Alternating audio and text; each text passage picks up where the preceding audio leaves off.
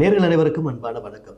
மற்றொரு வாங்க அரசியல் பேசுவோம் நிகழ்ச்சியினூடாக உங்கள் அனைவரையும் சந்திப்பதில் மிக மகிழ்ச்சி அடைகின்றோம். இன்றைய தினத்தில் வெனிசுலா விவகாரம் தொடர்பாக நாங்கள் பேச இருக்கின்றோம். உங்களுக்கு தெரியும், வெனிசுலாவினுடைய ஜனாதிபதி நிக்கோலஸ் மதுரே, அதே போன்று அவருடைய மனைவி ஆகிய இருவரும் சிறைப்பிடிக்கப்பட்டிருக்கின்றார்கள். இன்று உலக அரங்கில் மிகவும் பேசுபொருளாக மாறியிருக்கக்கூடிய விடயம் இந்த வெனிசுலா விவகாரம். எதற்காக வெனிசுலா விவகாரம் இப்படி பேச பொருளாக இருக்கின்றது என்றால், உங்களுக்கு தெரியும், உலகில் அதிகமான கச்சா எண்ணெய் இருக்கக்கூடிய ஒரு நாடாக பார்க்கப்படுகிறது வெனிசுலா. கிட்டத்தட்ட உலக சந்தையிலே 17 தொடக்கம் 20% கச்சா எண்ணெயை கொண்டுள்ள ஒரு நாடாக வெனிசுலா காணப்படுகிறது. அது மாத்திரமில்லாமல் இன்னும் நிறைய கனிய வளங்கள் நாட்டில் இருக்கிறது. இதுதான் மிக முக்கிய பிரச்சனையாக இருக்கிறது. அதனால் தான் அந்த நாட்டை எப்பொழுதுமே அமெரிக்கா போன்ற நாடுகள் குறிவைத்துக் கொண்டிருக்கின்றன. 2023 ஆண்டினுடைய தரவுகளின்படி, 2023 ஆண்டின் மதிப்பீட்டின்படி 30,300 கோடி பேரல்களை வெனிசுலா உற்பத்தி செய்திருக்கிறது. அதாவது கச்சா எண்ணெய் உற்பத்தி செய்திருக்கிறது. இதை நாங்கள் அமெரிக்காவோடு ஒப்பிட்டு பார்க்கின்ற பொழுது 5 மடங்கு அதிகமாக கச்சா எண்ணெய் உற்பத்தி செய்திருக்கிறது. குறிப்பாக அமெரிக்காவை பொறுத்தவரையில் 5,500 கோடி பேரல்களை உற்பத்தி செய்கிறது. இப்படி வெனிசுலாவுக்குள் அமெரிக்கா முன்னெடுக்கக்கூடிய இந்த நடவடிக்கை தொடர்பாகத்தான் இன்றைய தினத்தில் நாங்கள் பேச இருக்கின்றோம். இன்றைய தினத்திலும் என்னோடு இணைந்திருக்கின்றார் சிரேஷ்ட பத்திரிகையாளர் வி தனபாலசிங்கம் அவர்கள். வணக்கம். வணக்கம். இந்த வாரம் நாங்கள் வெனிசுலா பற்றி பேச இருக்கின்றோம். உண்மையிலே வெனிசுலாவுக்குள் நடப்பது என்ன? இன்று சர்வதேச அரங்கிலே ஒரு பெரிய பிரச்சனையாக உருவாகி இருக்கிறது. கடந்த வாரம் அமெரிக்க படைகள் வெனிசுலா தலைநகர் காரகாஸில் தாக்குதலை நடத்தி அந்த நாட்டு ஜனாதிபதி நிக்கோலஸ் மதுரோவையும் அவருடைய மனைவியையும் படுக்கறையிலிருந்தே கைது செய்து கொண்டு அமெரிக்காவுக்கு கடத்தி சென்று, அது கிட்னாப் என்று தான் சொல்லப்படும், கடத்தி சென்று அங்கே ஒரு நீதிமன்றத்திலே அவர்களை உலகிலேயே மிகப்பெரிய கடத்தல் மன்னர்களில் ஒருவர் என்று அவரை குற்றம் சாட்டி நீதிமன்றத்திலே நிறுத்த போகிறார்கள், குற்றம் சாட்டியிருக்கிறார்கள். இப்போது தடுத்து வைக்கப்பட்டிருக்கிறார்கள். ஒரு நாட்டினுடைய தலைவரை, என்னதான் குற்றச்சாட்டுகள் இருந்தாலும், ஒரு நாட்டின் தலைவரை இன்னொரு நாடு, அதுவும் உள்ள ஒரு வல்லரசு, அடாத்தாக உள்ளே சென்று கைது செய்து தான் முன்வைக்கிற குற்றச்சாட்டுகளுக்கு அவர் பொறுப்பு என்று சொல்லி வழக்கு போடுவது ஒரு மோசமான ஒரு ஆக்கிரமிப்பு, அடாத்தான நடவடிக்கை. அது யாருக்கும் தெரியும். மதுரோவை அந்த நாட்டு மக்கள் வெறுக்கலாம், அல்லது அவருடைய ஆட்சி எதேச்சாதிகாரமானது, அங்கே பொருளாதார பிரச்சனைகள் இருக்கின்றன. அவர் கடந்த 2013 ஆண்டிலிருந்து பதவியில் இருக்கிறார். ஹியூகோ சாவேஸுக்கு பிறகு அவருடைய சீடன் தான் இவர், அவருடைய வழிவந்தவர் தான் 13 வருஷமாக இருக்கிறார். அந்த நாட்டில் உள்ள பிரச்சனைகள் அந்த மக்கள் தீர்த்து கொள்ள வேண்டியது அந்த உள்நாட்டு பிரச்சனை. ஆனால் அமெரிக்கா எல்லா நாடுகளையும் தலையிடுறது இது ஒன்றும் புதிய விடயம் அல்ல. ஆனால் இந்த நடந்தது என்னவென்றால், தென் அமெரிக்கா அமெரிக்க கண்டத்தில் ஒரு பகுதி. அந்த தென் அமெரிக்காவில் இதுவரையில் ஒரு 2 நூற்றாண்டுகளுக்கு மேலான வரலாற்று எடுத்து பார்த்தால், இதுவரையில் நேரடியாக ஒரு நாளும் அமெரிக்க படைகள் போய் தாக்கியதில்லை. நேரடி மிலிட்டரி தாக்குதல் நடந்ததில்லை. அது அங்கே தலையிட்டு மக்களால் தெரிவு செய்யப்பட்ட ஆட்சியாளர்களை, இராணுவ ஸ்ட்ராங்மென், இராணுவ பலவான்களை வச்சு கொண்டு ஆட்சியை வீழ்த்தி அங்கே சர்வாதிகார ஆட்சியை உருவாக்கினது, தலையீடுகள் செய்தது என்று பெரிய வரலாறு இருக்குது. அது அமெரிக்காவினுடைய தென்னமெரிக்க நாடுகளில் அமெரிக்காவினுடைய தலையீடுக்கு ஒரு பெரிய வரலாறே இருக்குது. ஆனால் அவர்கள் நேரடியாக போய் தாக்குதல் நடத்தினது தென் அமெரிக்க நாட்டில் இதுதான் ஃபஸ்ட் டைம் இராணுவ தாக்குதல். அது கூட தென் அமெரிக்கா தொடர்பில் தன்னுடைய பழைய கொள்கையை மாற்றுகிறது. அது காரணம், சீனா, ரஷ்யா போன்ற நாடுகளுடன் இந்த தென் அமெரிக்க நாடுகள், பல நாடுகள், அதுவும் குறிப்பாக சீனாவுடன் பல 24 நாடுகள் உடன்படிக்கைகள் செய்திருக்கிறதாகத்தான் வாசித்த ஞாபகம். அதில் ஒரு முக்கியமான விடயத்தை குறிப்பிட நீங்கள் கூறிய காரணம் உண்மை. அதாவது கச்சா எண்ணெய் ஏற்றுமதியில் அதிகமாக சீனாவுக்கு தான் வெனிசுலா ஏற்றுமதி செய்கின்றது. சீனாவுக்கு 81.7% கச்சா எண்ணெயை ஏற்றுமதி செய்கிறது வெனிசுலா. ஆனால் அமெரிக்காவுக்கு வெறும் 15 தொடக்கம் 16% கச்சா எண்ணெய் தான் ஏற்றுமதி செய்கிறது. இதுவும் கூட ஒரு காரணமாக இருக்கலாம். சீனா அமெரிக்காவுடனான உறவு அவர்களுக்கு இந்த நேரம் இப்போ இல்லை. அது ட்ரம்பினுடைய முதலாவது பதவி காலத்தில் 2016 தொடக்கம் 20 வரையிலே அந்த பிரச்சனை தான் இருந்தது. அந்த ட்ரம்பினுடைய ஆட்சியில் முதல் பதவி காலத்திலேயே வெனிசுலா மீது அவர் கண் வைக்க தொடங்கிவிட்டார். அடிப்படையிலேயே அதனுடைய எண்ணெய் வளத்தை அமெரிக்கா தனக்கு எடுத்துக்கொள்ள வேண்டும் என்றது தான் நோக்கம். இது கிட்டத்தட்ட அதுவும் ஒரு வர்த்தகர், இவர் ஒரு பெரிய தொழிலதிபர், பெரிய சொத்துக்கள் கொண்டவர். அவர் ஒரு எல்லாத்தையும் வியாபாரமாகத்தானே பார்க்குறார்.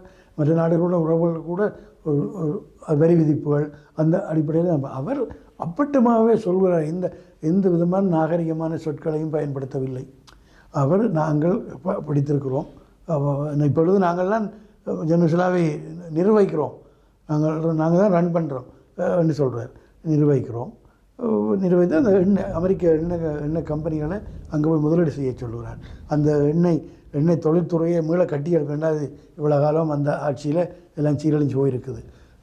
மீள கட்டி எழுப்பி எண்ணெயை அமெரிக்காவுக்கு எடுக்கிறத பற்றி நாங்கள் அந்த நாட்டுக்கு வெனிசுலாவுக்கு அவர்களுக்கு ரொம்ப பணம் அவசரமாக தேவைப்படுது, அந்த பணத்தை கொடுப்போம். மறுது எண்ணெயை நாங்கள்லாம் நிர்வகிக்க போகிறோம். அந்த எண்ணெயை நாங்கள் முற்றுமுழுதாக அமெரிக்கா எடுத்துக்கொள்ள போகிறன்றது வெளிப்படையாக சொல்கிறார். அதனால் இப்போ நான் முதல் சொன்னது என்னென்றால் அந்த சீனா, ரஷ்யா போன்ற நாள், குறிப்பாக சீனா, அது அந்த மண்டலமும் பாதை பெல்ட் அண்ட் ரோட் இனிஷியேட்டிவ் அந்த திட்டத்தின் கீழே அந்த தென் அமெரிக்க நாடுகளில் பல நாடுகளில் அது உடன்படிக்கை செய்து அங்கே ஏற்கனவே பெருமளவில் முதலீடுகள் செய்திருக்கு. அது ரஷ்யா, அமெரிக்கா நடிகை பார்த்து கொண்டிருக்க மாட்டேது தானே அவர்கள். அப்போ தென் அமெரிக்காவில் வெளிப்பிராந்தியத்தின் வல்லரசுகளினுடைய தலையீட்டை இல்லாமல் பண்ணுறதுக்கான ஒரு நடவடிக்கை இன்னும் முதல் அங்கமாக இதை செய்திருக்கிறார். அதோட இன்னொரு விடயம் என்னென்றால், சீனாவுடன் அவர்கள் வைத்திருக்கிற உறவு அமெரிக்கா அந்த வெளி வல்லரசுகள் அமெரிக்க கண்டத்தில் உள்ள தென் அமெரிக்காவிலே தலையிடக்கூடாதுன்றது இன்று நேற்று அல்ல.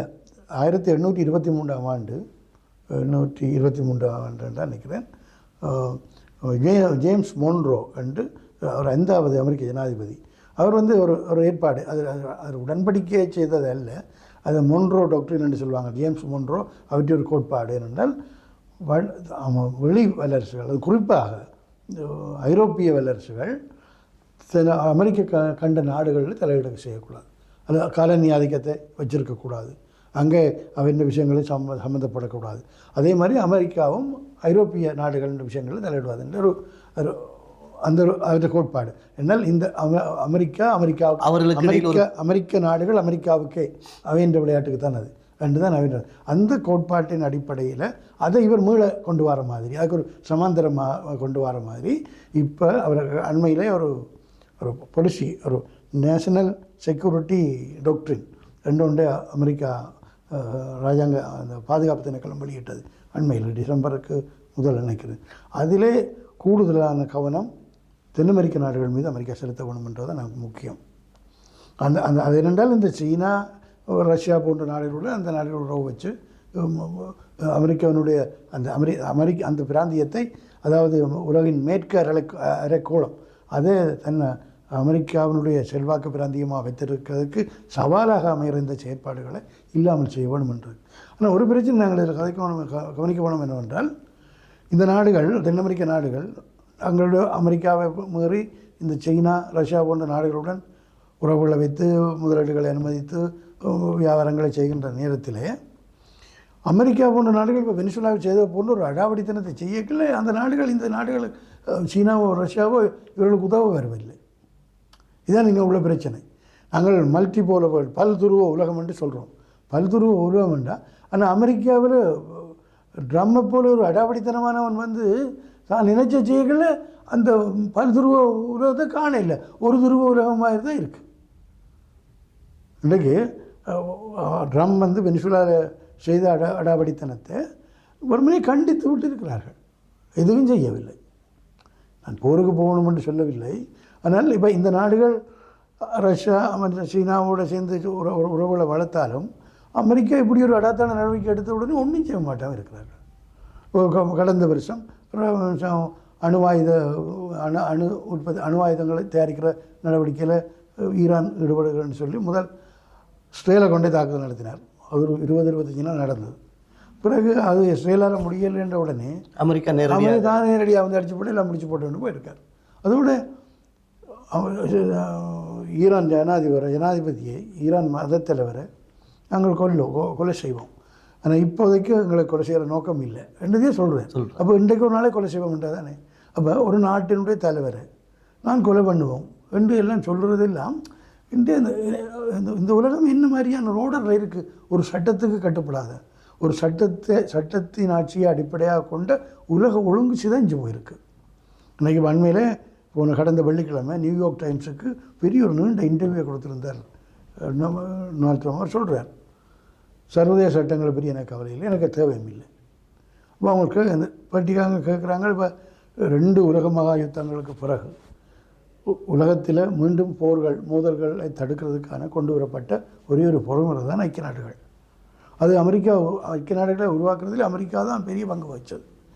அது என்ன செய்வார்கள், அது எங்களுக்கு இப்போ ஒரு அனாவசியமான சுமையாக இருக்குன்னு சொல்கிறேன்.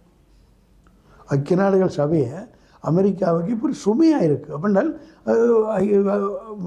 டொனால்ட் ட்ரம்ப் இன்னொரு பதவிக்காலத்துக்கு அவர் இருக்க முடியாது, 2வது பதவிக்காலம்.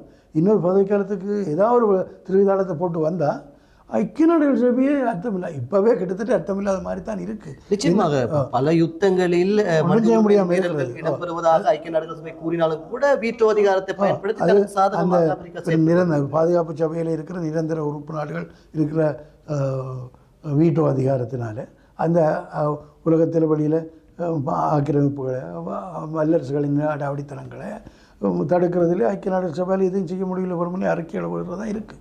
ஆனால் இவன் என்ன இருந்தாலும் ஐக்கிய நாடு வேறு அமைப்புகள், யூனிசெஃப், பல்வேறு அமைப்புகள், மனித உரிமைகள், ஜெனீவா, அந்த பொறிமுறைகள் எல்லாம் இது ஒரு வகையில் ஒரு ஒரு ஒரு ஒரு பாதுகாப்பை கொடுக்குற ஒரு சட்டத்தின் ஆட்சியின் ஒழுங்கை, சட்டத்தை அடிப்படையாக கொண்டு ஒரு சர்வதேச ஒழுங்கின்ற ஒரு அங்கமாக ஏதோ இருக்குதானே. அது நம்பிக்கை இழந்த நிலைமையில் இருந்தாலும் கூட அது இருக்கு. அவர் அதே இல்லை. அவர் சொல்கிறேன், அமெரிக்காவுக்கு ஐக்கிய நாடுகள் சபை பெரிய சுமை. அதான் ஐக்கிய நாடுகள்னு சொல்ல இல்லை, அவங்களுக்கு கேட்கல, தாங்கள் உருவாக்கின இந்த பொறிமுறை பெரிய சுமையாக இருக்கிறது. நாங்கள் என்ன தனக்கு இதை பற்றி கவலையே கிடையாது. நான் அது இப்போ கேட்குறாங்க, வெனிசுலா எவ்வளோ காலத்துக்கு இருப்பீங்கன்னு சொல்ல, அது நான் விரும்புகிற காலம் வரைக்கும் இருப்பேன். அதோட சர்வதேச இந்த நாடுகள் மீது, வெளிநாடுகள் மீது இந்த அமெரிக்காவினுடைய அரசியல் பொருளாதார செல்வாக்கை செலுத்துறதுக்கு அமெரிக்காவின் இராணுவ வல்லமையை பயன்படுத்துறதில் உங்களோட மட்டுப்பாடுகள் என்ன என்று கேட்கல, அது என்னுடைய மனம்தான் தீர்மானிக்கணும். அவர் நான் நினைச்ச மாதிரி செய்வேன். இப்போ இதுவரையில் வந்த அமெரிக்க ஜனாதிபதிகளும் கூட ஜோர்ஜ் டபிள்யூ புஷ் எல்லாம் ஈராக்குக்குள்ளே போனார். அங்கே சதாம் ஹுசேன் பெரிய பேரழிவு ஆயுதங்களை வச்சுருக்காங்க. அங்கே ஒரு ஒன்றையும் கண்டுபிடிக்கல. ஆனால் அவெல்லாம் செய்தார்கள். அந்த நாடுகள் சீரழித்து போட்டு வந்தார்கள். இப்போ வெனிசுலாவிலையும் அமெரிக்கா போகிறது பொருளாதார சுரண்டலுக்காக. நிச்சயமாக அதான் வெனிசுலாவை பொறுத்தவரையில் வெறுமனே கச்சா எண்ணெயை மாத்திரம் வளமாக கொண்ட ஒரு நாடு அல்ல. அங்கு மிக சிறந்த கனிய வளங்கள் இருக்குது. தென் அமெரிக்க நாடுகள் வளம் வைரம் இருக்கின்றது. அதே போன்று இயற்கை எரிவாயுவில் முன்னிலையாக இருக்கின்றது. அதே போன்று இரும்புத்தாது, நிலக்கரி, உலோகங்கள் உள்ளிட்ட மிக சிறந்த கனிய வளங்கள். அது மாத்திரமல்லாமல் இந்த தங்க கையிருப்பில் கூட கிட்டத்தட்ட 161.2 மெட்ரிக் டன் தங்கத்தை கையிருப்பாக வைத்திருக்கிறது வெனிசுலா. அது மாத்திரமல்லாமல் பல தங்கச் சுரங்கங்கள் இன்னும் அந்த நாட்டிலே இருக்கின்றன. எனவே அவற்றை இலக்கு வைத்துதான் ஏகாதிபத்தியங்களுடைய நோக்கங்களே வளங்களை சுரண்டுவதுதான், அடிப்படையில் வளங்களை சுரண்டுவதுதான். அதுக்கு அரசியல் ரீதியில் பல்வேறு விதமான நாகரிகமான சொற்களை சொல்லிக்கொள்ளலாம், சுரண்டுவதுதான். இப்பொழுது அந்த இதுவரையிலேயே வெனிசுலா கடற்கரையோரமாக 5 எண்ணெய் கப்பல்களை கைப்பற்றியிருக்காங்க கடந்த வெள்ளிக்கிழமை வரையில். அதில் எத்தனையோ லட்சம் பரல் எண்ணெய்கள் இருக்குது. அதே அமெரிக்கா தான் எடுக்க போகிறது. இது ஒரு கொள்ளை. இது மதுரோ அந்த பிடிபடுறதுக்கு முதல் ஒரு கிழமைக்கு முதல் சொன்னார். இது வந்து அந்த அந்த கப்பலை அமெரிக்கா பிடிச்ச பிறகு, முதல் கப்பலை பிடிச்ச பிறகு இது கடற்கொள்ளை, ஒரு பைரேசி, நேவல் பைரேசி. அவர் சொன்ன வார்த்தை நேவல் பைரேசி, கடற்படையின் கொள்ளை. இது இன்றைக்கு அமெரிக்கா இப்போ ட்ரம்முக்கு கீழே அது ஏற்கனவே கொண்டிருந்த சகலவிதமான போர் வேலையும் கழட்டி அப்பட்டமாக நாடுகளினுடைய வளங்களை சுரண்டுவதற்கான ஆக்கிரமிப்பை செய்கிறதுக்கு தயாராக இருக்கிறது. இதை கிரீன்லேண்டை பற்றி ட்ரம்ப் வந்து இந்த போன வருஷ கடைசி தொடக்கத்தில் 2வது தடவை பதவிக்கு வந்த பொழுதே அதில் காண்பிக்க தொடங்கிவிட்டார். ஆனால் அது ஒரு நேட்டோ நாட்டுக்கு சேர்ந்தது, டென்மார்க். அது நேட்டோ நாடு. நேட்டோவில் ஒரு உடன்படிக்கை இருக்குது. இதற்கு ஒரு இணக்கப்பாடு இந்த உறுப்பு நாடுகளுக்கு இருக்குது. ஒரு நாடு மீது வேறு வெளிநாடுகள் தாக்கினால் அது அந்த உறுப்பு நாடுகள் சகலதன் மீது மேற்கொள்ளப்பட்ட தாக்குதலாக கருதப்படும். நிச்சயமாக அதில் இருக்கிற சில தெளிவாக குறிப்பிடப்பட்டிருக்கிறது. நேட்டோவில் அங்கம் பெறக்கூடிய ஒரு நாட்டின் மீது தாக்குதல் நடத்தினால் அது ஒட்டுமொத்த நேட்டோ அமைப்பின் மீது மேற்கொள்ளப்பட்ட தாக்குதலாக கருதப்படும். அப்போ அமெரிக்கா அவர் சொல்கிறார், நாங்கள் இராணுவ பலத்தை பயன்படுத்தி இதை பிடிக்கிறது ஒரு பெரிய பிரச்சனை இல்லை, ஆனால் யார் எங்களோட சண்டை பிடிக்க போகிறார்கள் அங்கே ரெண்டு தான் கேட்குறாரு ஒரு அதிகாரி சொன்னார். அப்போ இப்போ இவங்க இராணுவத்தை கொண்டே என்றால் ஒரு நேட்டோ நாடு மீது ஆக்கிரமிப்பு செய்து அமெரிக்கா.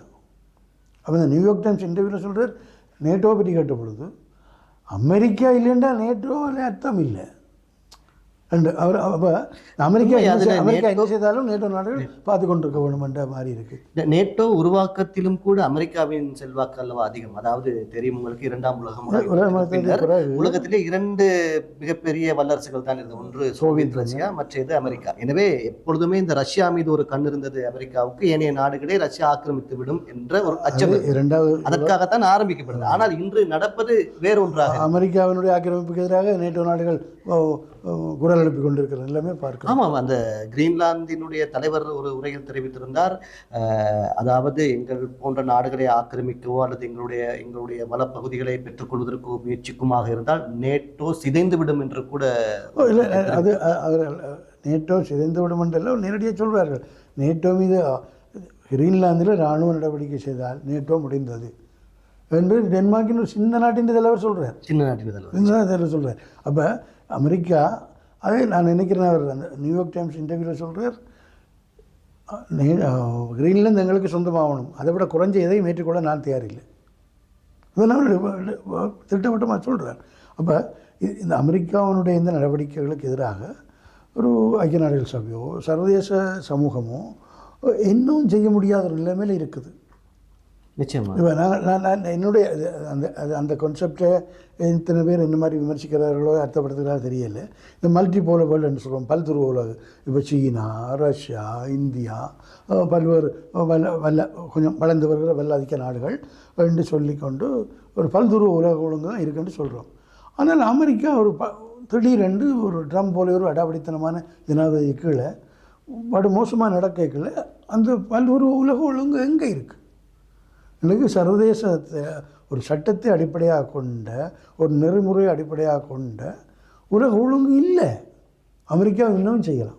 நிச்சயமாக. அந்த நீங்கள் இந்தியாவை குறிப்பிட்ட காரணத்தினால் ஒன்றை நான் கூற விரும்புகின்றேன். அதாவது கடந்த காலங்களில் இந்த ஏற்றுமதி பொருட்கள் மீதான தீர்வை வரி அதிகரிப்பு, அதாவது அமெரிக்காவுக்கு எந்த நாடுகள் ஏற்றுமதி செய்கின்றதோ அந்த நாட்டு பொருட்களுக்கான தீர்வை வரி அதிகரிக்கப்படுது. அதிலே இந்தியாவுக்கு 50% வரி அறவிடப்படுது. முதலில் 25% வரி, பின்னர் அறவிடப்பட்ட அந்த மேலதிகமான 25% வரிக்கு அமெரிக்கா கூறுகின்ற காரணம் ரஷ்யாவிடமிருந்து இந்தியா கச்சா எண்ணெயை கொள்வனவு செய்கிறது.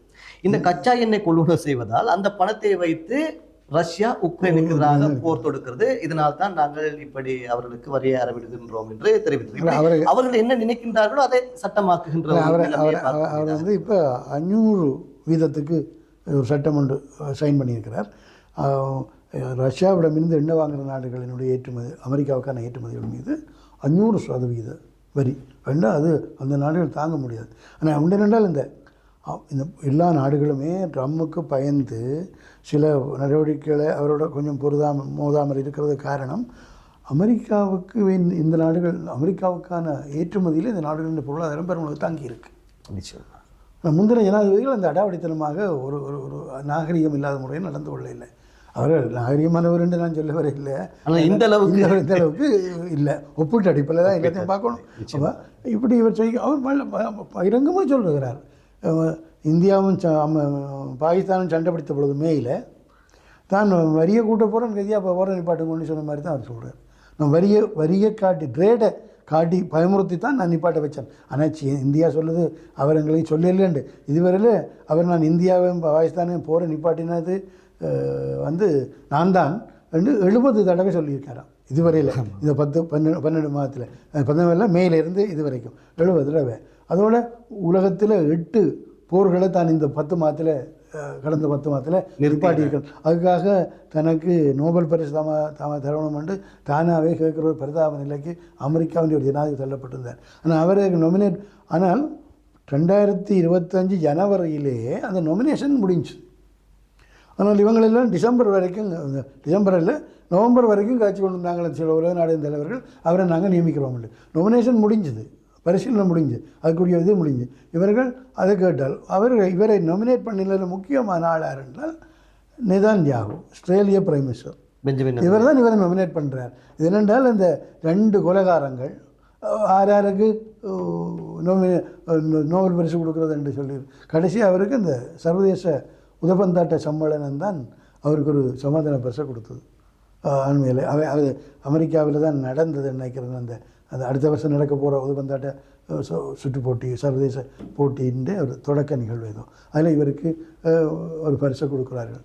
அந்த மாதிரி ஒரு தன்னை அதோடைய அவர் வந்த நாளில் இருந்து கதைக்கிறது எல்லாம் ஒரு அமெரிக்கா போன்ற ஒரு பொறுப்பு வாய்ந்த என்று சொல்கிறது கூட பிழை நினைக்கிறேன். ஒரு பொறுப்பு இல்லாத நாடு தான்.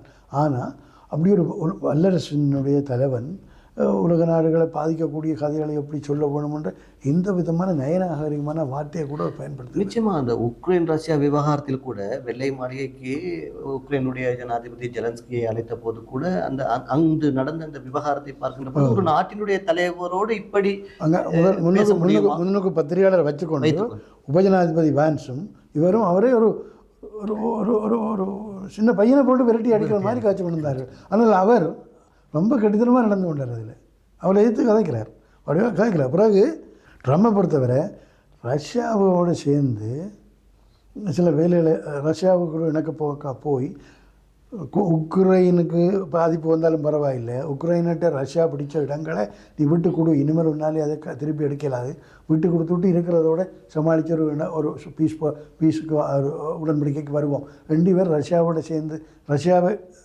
பர்சுவேட் பண்ணி செய்யலாம்னு போனார். ஆனால் அதுக்கு புட்டின் இணங்கி கொள்ள இல்லை. அப்போ புட்டினில் பிறகு ஆத்திரப்படுகிறார். பிறகு செலன்ஸ்கியை உக்ரைன் ஜனாதிபதியை கூப்பிட்டு அடிக்கடி வெள்ள மாநிலம் கூப்பிட்டு கதைக்கிறார். வெளிநாடுகளிலும் போகிற சந்திப்புகளை கதைக்கிறார். அப்போ இவர் ட்ரம்ப்பை பொறுத்தவரையில் ஒரு தெளிவான கொள்கை இப்போ அந்த உக்ரைன் விஷயத்தில் இல்லை. ஆனால் அவரை விரட்டி செலன்ஸ்கியை விரட்டி அவங்களோட கனிமங்களை கொண்டு போகிறதுக்கான உடன்படிக்கை செய்திருக்கார். அவர் இவங்களுடைய ஆயுதங்களை வேண்டதென்றால் இப்போ அமெரிக்கா தலையிடாமல் போனால் இவரால் தாங்க முடியாது. அதனால் அவரும் அந்த உடன்படிக்கையில் செய்யத்தான். இப்போ வெளிப்படையாகவே அமெரிக்காவினுடைய கேந்திர மூலோபாய நலன்கள் என்றதெல்லாம் வளங்களை கொள்ளையிடுவது. அதை இன்றைய சந்ததியினருக்கு இளையவர்களுக்கு என்று சொல்வோமே, அவர் வெளிப்படையாக அமெரிக்கா என்றால் கொள்ளையடிக்கிற ஒரு நாடு என்றது அவரை இப்போ வெனிசுலாவுக்கு சொல்கிறார், நாங்கள் அங்கே போய் எண்ணெய் நாங்கள் எடுக்க போகிறோம், எண்ணெய் எடுத்து அந்த அதை அமெரிக்க கம்பெனிகள் இன்றைக்கு எங்கேயோ பார்த்தேன் 100,000 கோடி டாலர்களே அங்கே இன்வெஸ்ட் பண்ண போது அமெரிக்க பெரிய கம்பெனிகள். அங்கே அவைக்கு காசு தேவைப்படுது. அந்த நாடு பெரிய நாட்டை ஒரு பொருளாதார அவைக்கு தேவையான காசை கொடுப்போம் என்ற அளவுக்கு ஒரு நாட்டின் வளத்தை பற்றி, அதை எப்படி பயன்படுத்துறதுன்றதை பற்றி, அதை பற்றி அந்த நாட்டு மக்கள் எந்த அளவுக்கு பயனடைய முடியும்ன்றதை பற்றி ஒரு வெளிநாடு தீர்மானிக்குது. அதாவது இன்றைக்கு உள்ள பிரச்சனை என்னென்றால், இப்போ ட்ரம்ப் நடந்து கொள்கிற முறையில், அமெரிக்கா நடந்து கொள்கிற முறையில் எந்த நாட்டின் இறமைக்கும் ஆபத்து, எந்த நாட்டினுடைய பாதுகாப்புக்கும் ஆபத்து. இதை எவ்வாறு இந்த நாடுகள் சர்வதேச சமூகம் என்று சொல்கிறது கூட அந்த வல்லாதிக்க நாடுகள் தான். எத்தியோப்பியாவோ சோமாலியாவோ இல்லை சர்வதேச சமூகம்ன்றது, மாலத்தீவோ இல்லை, அவங்கள்லாம் சர்வதேசமும். அதனால் இது நின்று உலக மக்கள் மனித குலம் ட்ரம்ப் மேற்கொள்ளக்கூடிய இன்னொரு அடாவடித்தன நடவடிக்கைகளால் இப்போ கிரீன்லாந்தில் போனால் யூரோப்போட பிரச்சனை வரும். ஆனால் அவர்கள் எந்தளவு பிரச்சனை கொடுப்பாருன்னு தெரியுதில்லை. ஈரானில் ஏற்கனவே இங்கே காசாவில் நடந்து அப்போ பல்வேறு பிராந்தியங்களையும் பிரச்சனைகளை உருவாக்கி கொண்டு வரைக்கல. அது ஒட்டுமொத்தமாக ஒரு 3வது உலக போரை நோக்கிய நகர்வுக்கு ஆபத்து இருக்குது. அதனால் இப்போ நான் என்னுடைய இது என்னென்றால், இதை அதாவது இந்த சர்வதேச அரசியலில் புலமைமிக்கவர்களோட விளக்கம் தரலாம். ஆனால் அது எனக்கு விளங்கவில்லை என்றால், மல்டிபோல வேர்ல்டு, பல்துருவ உலகம். எங்கே அந்த பல்துருவம்? அமெரிக்க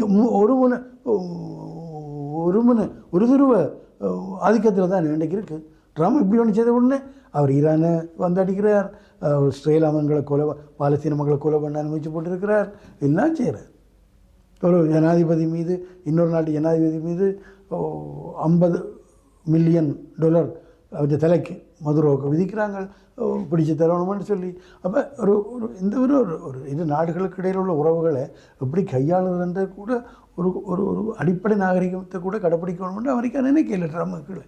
அப்போ இன்றைக்கு ஒரு சர்வதேச இன்றைக்கு ஒரு சட்டத்தை அடிப்படையாக கொண்டு, ஒரு நியமங்களை அடிப்படையாக கொண்டு, மற்ற நாளின் இறமை பாதுகாப்பு அவையின் உரிமைகளை மதிக்கின்ற ஒரு சர்வதேச ஒழுங்கு இல்லாமல் போய்விட்டது. அது தெளிவாக சொல்லலாம். ட்ரம்ப் அது அவர் சொல்ல சர்வதேச சட்டத்தை விடுங்க, தனக்கு அமெரிக்காவை பொறுத்தளவில்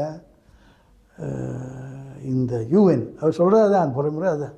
யூஎன் ஒரு அனாவசிய சுமை, இது இல்லாமல் போய்ட்டால் நான் இந்த எண்ணத்துக்கு நடந்து கொள்வேன். வெளிப்படையாகவே சொல்கிறேன், எனக்கு இந்த சர்வதேச சட்டத்தை பற்றி கவலை இல்லை. அதோட ரஷ்யா சீனா வந்து இப்போ இந்த அமெரிக்கா வெனிசுலா நடந்து கொண்ட முறையை பார்க்கல, உக்ரைன் ஜனாதிபதியையோ அல்லது சைனா வந்து தாய்வான் ஜனாதிபதியோ அங்கே தலையிட்டு கடத்தி கொண்டு போனால் என்ன நடக்கும்ன்ற மாதிரி அவங்க கேள்வியை போடுறாங்க ஜேர்னலிஸ்ட்.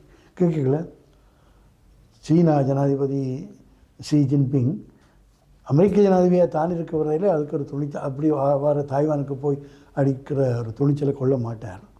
அது வேறு ஜனாதிபதி அமெரிக்காவில் இருக்கல பிறகு நடக்கலாம், எனக்குள்ள நடக்காதுன்னு அவர் அப்படி சொல்கிறார்.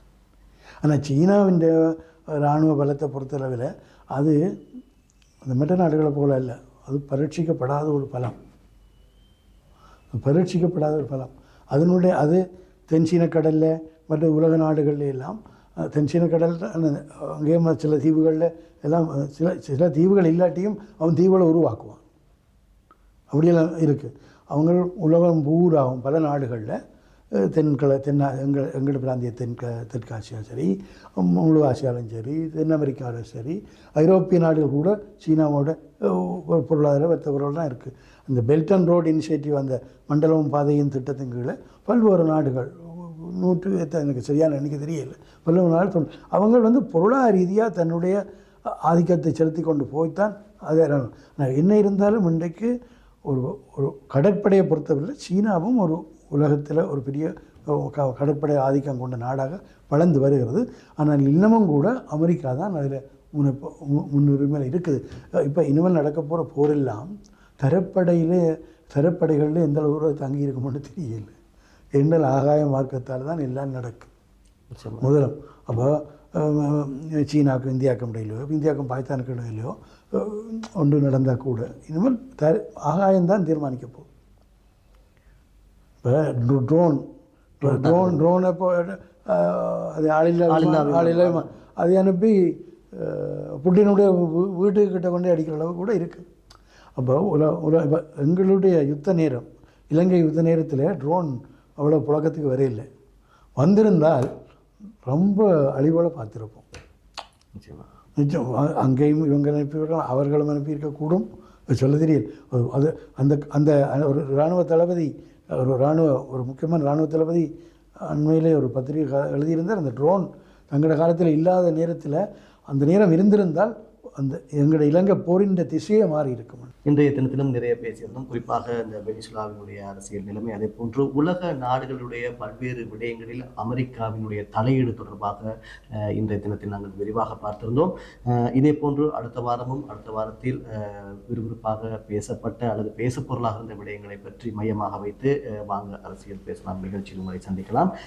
இன்றைய தினத்தில் தனது பெருமதியான நேரத்தை எம்மோடு பகிர்ந்து கொண்ட வி தனபாலசிங்கம் அவர்களுக்கு எமது மனமார்ந்த நன்றி. வணக்கம். மற்றும் ஒரு நிகழ்ச்சியில் உங்கள் அனைவரையும் சந்திக்கும் வரை நன்றி, வணக்கம்.